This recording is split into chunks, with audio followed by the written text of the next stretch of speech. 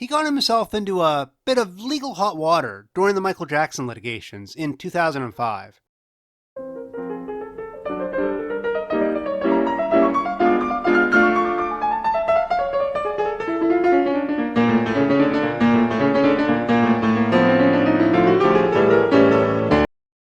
Hello, and welcome back to Frasier Fridays, where all the eggs are tossed and all the salads are scrambled. Oops, that's not right. Anyway, today we're looking at the 10th episode of Frasier, entitled Oops. It originally aired on November 18th, 1993, and attracted a soft 23.2 million viewers, a decline of nearly 2 million viewers from the previous week. Seinfeld actually had a steeper drop this week, losing a full 2 million viewers from the prior week. This is the first time a week-to-week drop for Seinfeld has been higher than the week-to-week drop for Frasier. The only major news event this day was the House of Representatives passed NAFTA in the US, and we are also 1 week away from Thanksgiving at this point, which I suspect had a lot more to do with the drop than NAFTA passing. Next week, both shows will be off for the holiday, and they will return to airing new episodes on December 2nd. Oops is James Burrows' return to direction, following 2 weeks of Andy Ackerman helming the camera, and the third Cy Duquesne and Denise Moss written episode. It's no secret this writing team has been responsible for some of the weaker episodes of the series thus far, and even with holiday scheduling for episodes, they're the ones around for some of the harsher drops in viewership numbers. With that said, I think each of their episodes has been an improvement over their prior outing, and the future Disney Channel writers deliver their best outing yet here. I also think it's interesting that this is such a bulldog-heavy episode, and he's a character who first showed up in the first episode this team wrote.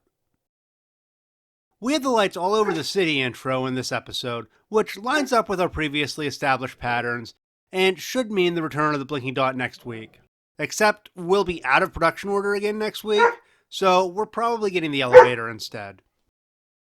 This week, we open up with a scene in Cafe Nervosa instead of the radio station. Niles and Frasier are meeting there because Niles needs a chance to get away from Maris's production of Cats. I think Cats is pretty well known, especially with the, interesting film version of that was put out a few years ago.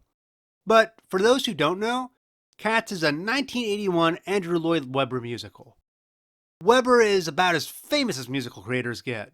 He's worked on everything from Phantom of the Opera to Jesus Christ Superstar to Joseph and the Amazing Technicolor Dreamcoat. At this time, when its run ended, Cats was the longest running production in both the UK and Broadway, with 21 years in the UK and 18 on Broadway. Cats is kind of a strange production, and it's actually based on a collection of T.S. Eliot poems. From now on, whenever one of the characters talks about Maris, I'm going to picture her as one of the women in the cat outfits. After Niles leaves, we get our first real look at some of the other members of the KACL family. We already knew Roz and Frasier shared coffee at Cafe Nervosa sometimes, so it's nice to see them spending time with a whole bunch of their co-workers. Thanks to all the co-workers we meet here, we have a lot of new faces and a lot of guest actors in this episode. I haven't done a real deep look back, but I did look back at the extras walking in the background of the KACL studios in Call Me Irresponsible, and in the TV studio in Selling Out. And I don't think any of them are the same actors that we have here as the actual studio employees. The new employees we meet are Teddy, the engineer, played by Wayne Wilderson. This is actually his very first credited acting role. He's a bit of a "that guy who was in that thing" actor, with a large focus on comedy. He's appeared in a ton of comedy spots since this role, including guest spots on Mr. Show with David Cross and Bob Odenkirk, 4 episodes of Seinfeld, Malcolm in the Middle, The Office, the absolute fantastic Brian Fuller series Pushing Daisies, Veep, and the James Burrows directed Will and Grace revival. Chopper Dave is played by Richard Poe. Poe will return for the role of Chopper Dave a second time. He's done a bit of acting in television and theatrical movies. His 3 most notable roles are a recurring spot in the 2014 comedy It Could Be Worse, the character of Gol Evek, which he played on both Star Trek The Next Generation and Deep Space Nine, and most relevant to Frasier, He's one of the Mr. Buchanans on The Five Mrs. Buchanans. Like the first appearance of Bulldog, Chopper Dave has a one-note joke and feels a little Disney Channel-ish. We also get to meet Father Mike, the host of the KACL religious programs. He's a Catholic priest played by George Del Hoyo. Del Hoyo will come back to this role 2 more times in this series. He's somewhere between a sitcom actor and a soap opera star. He's had recurring roles in St. Elsewhere, the short-lived 1982 comedy Stars of the Family, the 9 to 5 TV series, and more recently, lengthy stays on the soap operas Generations and the granddaddy of them all, Days of Our Lives, which he is currently on and plays a terrorist/bank robber character named Orpheus, who he originally played in a 1986 to 1987 storyline before returning to the part in 2016. One other interesting thing to note about the Father Mike actor is he's also a voiceover actor for film trailers. His first voiceover was for the 1989 Batman trailer, and he's still doing them today. Most recently with the 2022 Ice Age Scrat Tales shorts. Which, by the way, as a franchise, Ice Age currently has 6 feature-length films, 8 short films, and 2 TV specials. The MVP for this opening scene is Dan Butler's Bulldog Briscoe. Last time Bulldog showed up, we got to see a bit more inside his head and how much he loved doing ad reads, which was a lot of fun. This time, we really get to flesh him out, and we learn he's a big hothead. And also, one of the most successful shows on KACL. Even Martin Crane listens to him. The scene that introduces us to Father Mike is also our guest caller scene. From my perspective, this is our most famous guest caller to date. Sorry, Christopher Reeves. With Jay Leno calling in. Leno is best known as the second host of The Tonight Show. He took over hosting duties officially in 1992, but he'd been guest hosting when Johnny Carson was off since 1986. So he was already really well known by this time. Leno has appeared in over 100 television shows and movies. He's done his fair share of animated voice work, but for the vast majority of his live action work, he simply appeared as himself. One interesting thing I didn't realize about Leno, and learned while doing research for this video, is he got himself into a bit of legal hot water during the Michael Jackson litigations in 2005. Leno was one of the only celebrities to testify on Jackson's behalf during the molestation trials, and due to that testimony, the judge prohibited him from making jokes about the trial during his monologue. This wasn't ideal, as it was a huge story at the time.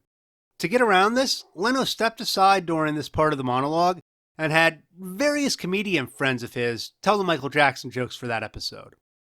Ultimately, this gag order was challenged, with Leno winning and being granted the right to continue telling Michael Jackson jokes, so long as he didn't talk about his actual testimony.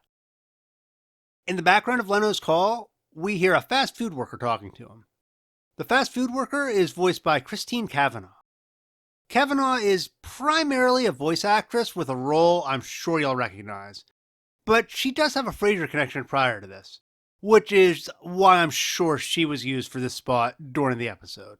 Cavanaugh had a guest spot in both an episode of Cheers, the penultimate episode of Season 8, and a Season 4 episode of Wings. A year after her guest spot on Cheers, in 1991, Cavanaugh broke big, playing the role of Chucky Finster in Rugrats, joining in the fine tradition of women voicing young boys in animated sitcoms. This wasn't the only famous cartoon child Cavanaugh would voice in the 90s. In 1995, she also got the role of Dexter, of Dexter's Laboratory. She's done work on some other animated shows, but since 2000, her primary acting contribution has been to Rugrats. Back at Frasier's apartment, we get the first one-on-one scene with Niles and Martin of the series.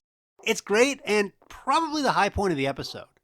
Niles is incredibly awkward around his dad and is clearly just there to see Daphne. He's concocted a story about her helping him with a dead houseplant, which Maris loved too much. The Niles crush on Daphne plotline is progressing nicely, with both of them getting on pretty well here. And if we're going to follow a similar plotline to Diane and Sam in the first season of Cheers, I'm hoping we get a kiss between these two at the end of the season. Assuming that does happen, I don't know what that's going to mean for Maris and Niles' marriage. Quick side note, we've got rain outside the window again this episode. We are nowhere near our 46% of the time rain in Seattle, but it's nice to see it happening again. In the most sitcomish way possible, Bulldog shows up at Frasier's door to lament losing his job, his girlfriend of 8 years, and his home, and to thank Frasier for being such a good friend, which ultimately guilts him into helping him get his job back. While Bulldog is in the apartment, he starts messing with an ornament on Frasier's table. Frasier tells him not to touch it and that it is, quote, a rare fertility symbol from a small nomadic tribe in Ghana. This is technically correct, but there's a bit more going on with it. The statue Bulldog is messing with is actually called a akuba, which was a wooden fertility doll used in fertility rituals in southern Ghana, which is in northwestern Africa. The one on Frasier's table is actually probably the most mass-produced akuba available and is known as a Fonte doll, because the originals were made by the Fonte people.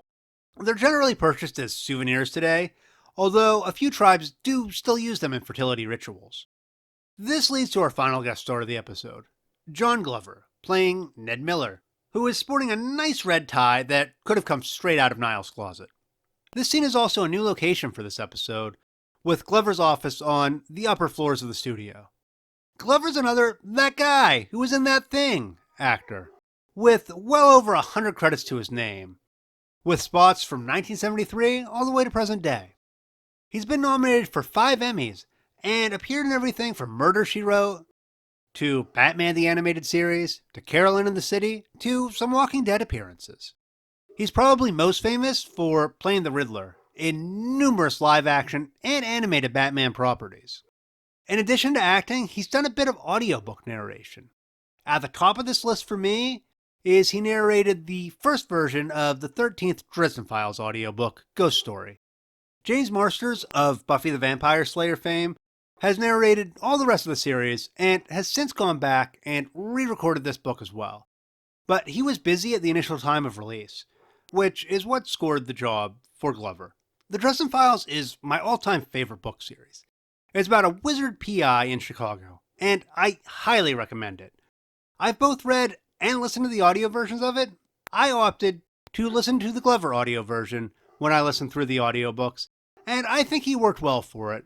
He's definitely a different voice actor than James Marsters, but given what our main character was going through in this book, I think it worked. During this scene, unless I'm mistaken, we get our first swear word of the series, where Glover says if Bulldog will kiss his he'll get his job back. I realize this is relatively tame, especially by today's standards, but it still kind of surprised me. Interestingly, in 1993 was the premiere year of another show, NYPD Blue, which became the first network show, in 2003, to use another term for bulldung on network television. I'm not going to cast aspersions one way or another on the use of profanity in television, but I find it kind of ironic our first curse word of the series came from the script of our future Disney Channel writers. The title card for this scene is Miller Time. This is a direct reference to the famous Miller Time ad and song for Miller Lite, the champagne of beers. The Miller Time ad campaign began in 1971 and initially lasted into the 1990s, until it was revived in 2016 and is still running today, making it a longer-lasting campaign slogan than the 1988 Nike slogan, Just Do It. We have our first coda scene of the series in the studio, with Bulldog hanging upside down while he does his show. I get the gag, but given they're a radio host and not television host, I think the actual concept doesn't make a lot of sense. We have a small continuity goof in this episode with a pickle Martin gives Bulldog. It somehow grows in size after he takes a bite out of it.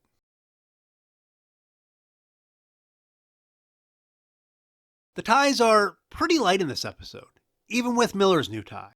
I want to give a quick shout out to I'm Not Weird, everyone else is We8793 for getting me some 1080 Frasier videos. It really helps when looking at the ties. Frasier and Niles both only wear one tie during this episode, and Frasier just manages to slip in a second tie during the coda scene. Niles' tie is the same tie he wore in episode 3, which I refer to as the waffle tie because the pattern kind of looks like waffles. It's interesting he's wearing this tie again here, as this is the first return of his cell phone, last seen in episode 3, and we get to hear his ringtone for a second here, so that's kind of cool. Frasier's first tie is really similar to the Thanksgiving tie, but the cornucopia coloring is a bit different.